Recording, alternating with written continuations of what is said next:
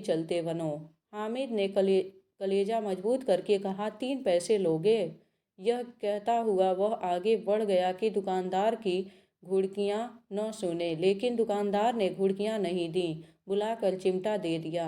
हामिद ने उसे इस तरह कंधे पर रखा मानो बंदूक है और शान से अकड़ता हुआ संगियों के पास आया।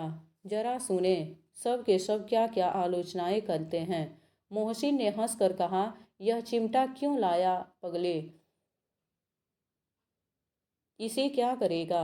हामिद ने चिमटे को जमीन पर पटक कर कहा, जरा अपना भिश्ती जमीन पर गिरा दो, सारी फसलियां चूर चूर हो जाएं बचा की। महमूद बोला, तो यह चिमटा कोई खिलौना है? हामिद, खिलौना क्यों नहीं है? अभी कंधे पर रखा बंदूक हो गई, हाथ में ले लिया फकीरों का चिमटा हो गया। चाहूँ तो इससे मजीरे का काम ले सकता हूँ। एक चिमटा जमा दूँ तो तुम लोगों के सारे खिलौने की जान निकल जाए। तुम्हारे खिलौने कितना ही जोर लगाएं, मेरे चिमटे का बाल भी बांका नहीं कर सकते। मेरा बहादुर शेर है चिमटा। सम्मी ने खंजरी ली थी, प्रभावित होकर बोला, मेरी खंजरी से बदलोगे? 2 आने की है। हामिद ने खंजरी की ओर उपेक्षा से देखा। मेरा चिमटा चाहे तो तुम्हारी खंजरी का पेट फाड़ डाले। बस एक चमड़े की झिल्ली लगा दी, ढक ढक बोलने लगी। जरा सा पानी लग जाए तो खत्म हो जाए। मेरा बहादुर चिमटा आग में, पानी में, आंधी में, तूफान में घबरा कर बराबर डटा खड़ा रहेगा। चिमटे ने सभी को मोहित कर लिया, लेकिन अब पैसे किसके पास धरे हैं? फिर मेले से दूर निकल आए हैं। 9 कब बज गए? धूप तेज हो रही है, घर पहुंचने की जल्दी हो रही है। बाप से जिद भी करे तो चिमटा नहीं मिल सकता। हामिद है बड़ा चालाक, इसीलिए बदमाश ने अपने पैसे बचा रखे थे। अब बालकों के 2 दल हो गए हैं। मोहसिन, महमूद, सम्मी और नूरे एक तरफ है, हामिद अकेला दूसरी तरफ। शास्त्रार्थ हो रहा है। सम्मी तो विधर्मी हो गया, दूसरी पक्ष से जा मिला, लेकिन मोहसिन, महमूद और नूरे भी हामिद से 1-1, 2-2 साल बड़े होने पर भी हामिद के आघातों से आतंकित हो उठे हैं। उसके पास न्याय का बल है और नीति की शक्ति। एक ओर मिट्टी है, दूसरी ओर लोहा। जो इस वक्त अपने को फौलाद कह रहा है वह अजेय है, घातक है। अगर कोई शेर आ जाए तो मियाँ भिश्ती के छक्के छूट जाएं। मियाँ सिपाही मिट्टी की बंदूक छोड़कर भागें। वकील साहब की नानी मर जाए, चोंगे में मुंह छिपाकर जमीन पर लेट जाएं। मगर यह चिमटा, यह बहादुर, यह रुस्तमे हिंद लपक कर शेर की गर्दन पर सवार हो जाएगा और उसकी आंखें निकाल लेगा। मोहसिन ने एड़ी चोटी का जोर लगाकर कहा, अच्छा, पानी तो नहीं भर सकता? हामिद ने चिमटे को सीधा खड़ा करके कहा, भिश्ती को एक डांट बताएगा तो दौड़ा हुआ पानी लाकर उसके द्वार पर छिड़कने लगेगा। मोहसिन परास्त हो गया, पर महमूद ने कुमुक पहुंचाई। अगर बच्चा पकड़ जाए तो अदालत में बधे बधे फिरेंगे, तब तो वकील साहब के पैरों पड़ेंगे। हामिद इस प्रबल तर्क का जवाब न दे सका। उसने पूछा, हमें पकड़ने कौन आएगा? नूरे ने अकड़ कर कहा, यह सिपाही बंदूक वाला। हामिद ने मुंह चिढ़ाकर कहा, यह बेचारे हम बहादुर रुस्तमे हिंद को पकड़ेंगे? अच्छा लाओ, अभी जरा कुश्ती हो जाए। इसकी सूरत देखकर दूर से भागेंगे, पकड़ेंगे क्या बेचारे? मोहसिन को एक नई चोट सूझ गई। तुम्हारे चिमटे का मुंह रोज आग में जलेगा। उसने समझा था कि हामिद लाजवाब हो जाएगा, लेकिन यह बात न हुई। हामिद ने तुरंत जवाब दिया, आग में बहादुर ही कूदते हैं जनाब। तुम्हारी यह वकील, सिपाही और भिश्ती लेडियों की तरह घर में घुस जाएंगे। आग में कूदना वह काम है जो यह रुस्तमे हिंद ही कर सकता है। महमूद ने एक जोर लगाया। वकील साहब, कुर्सी मेज पर बैठेंगे, तुम्हारा चिमटा तो बावर्ची खाने में जमीन पर पड़ा रहेगा।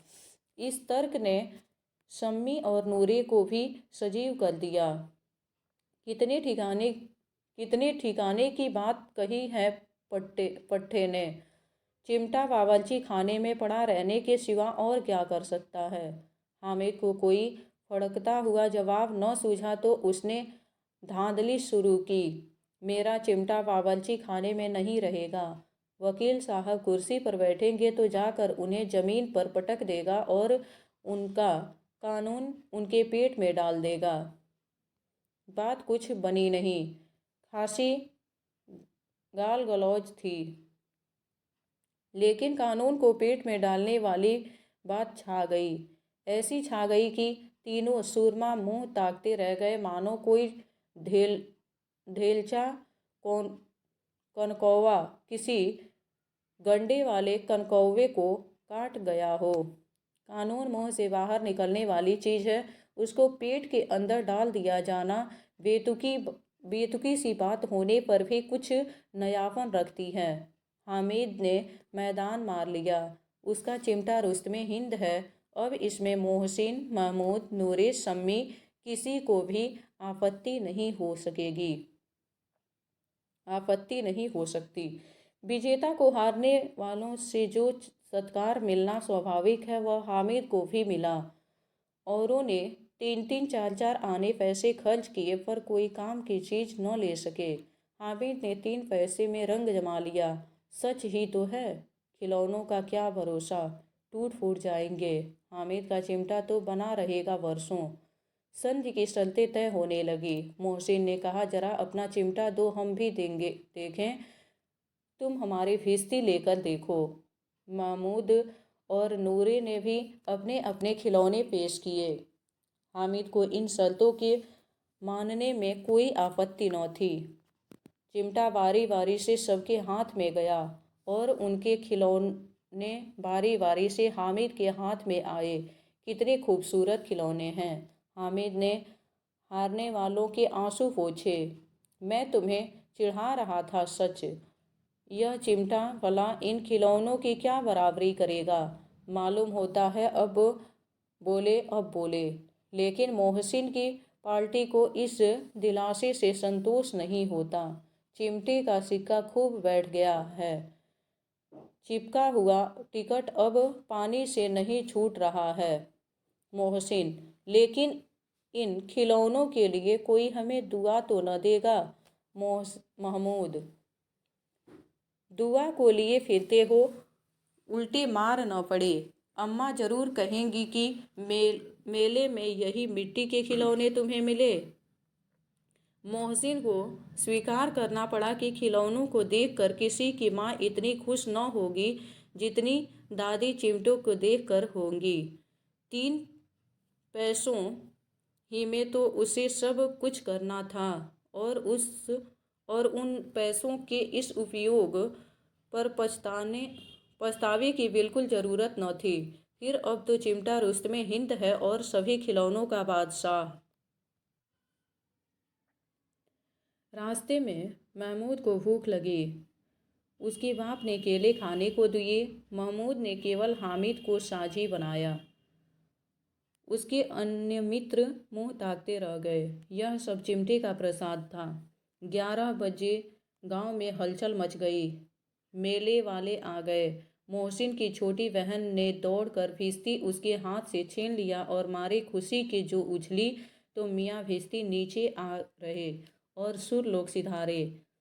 इस पर भाई बहन में मारपीट हुई। दोनों खूब रोए।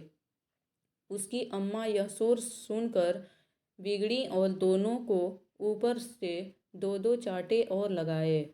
मियाँ नूरे के वकील का अंत उसके प्रतिष्ठानुकूल इससे ज़्यादा गौरवमय हुआ। वकील जमीन पर या ताक पर तो नहीं बैठ सकता, उसकी मर्यादा का विचार तो करना ही होगा। दीवार में 2 खूंटियाँ गाड़ी गईं।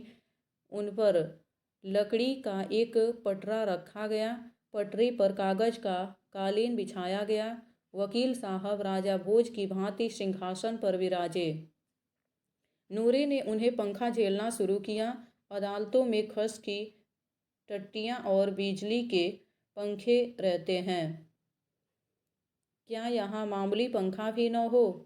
कानून की गर्मी दिमाग पर चढ़ जाएगी कि नहीं?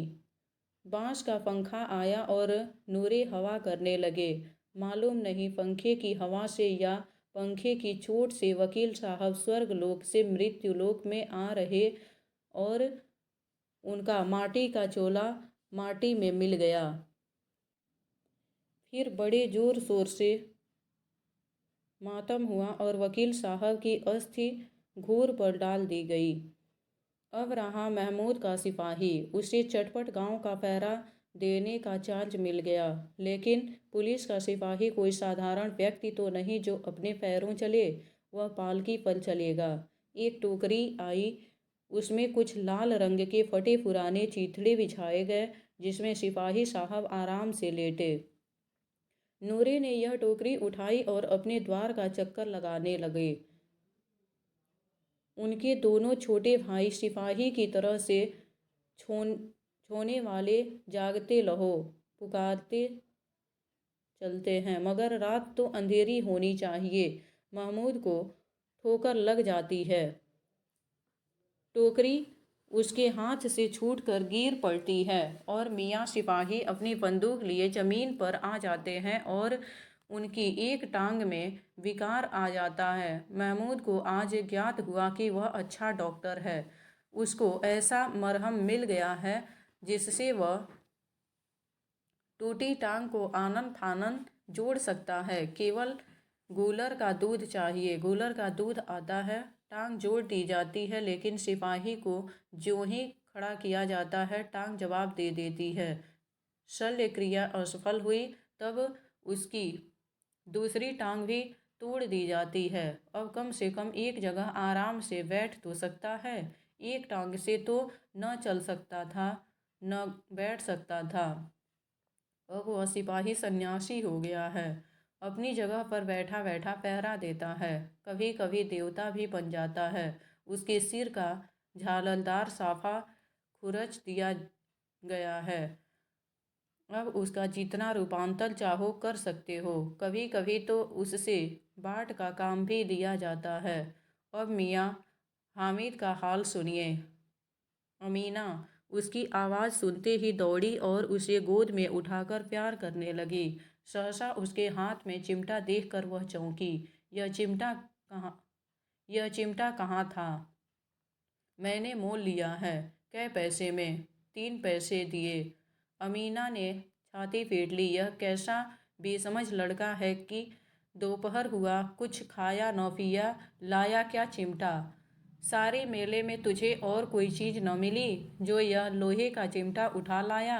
हामिद ने अपराधी भाव से कहा, तुम्हारी उंगलियां तवे से जल जाती थीं, इसलिए मैंने उसे लिया।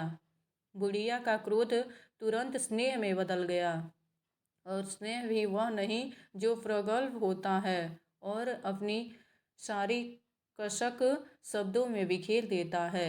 यह मूक स्नेह था, खूब ठोस, रस और स्वाद से भरा हुआ।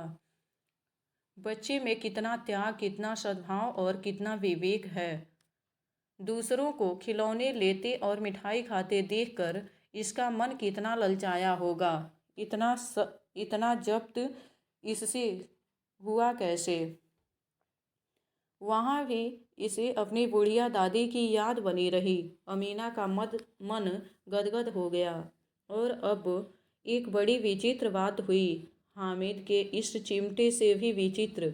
बच्चे हामिद के बूढ़े हामिद का पार्ट खेला था।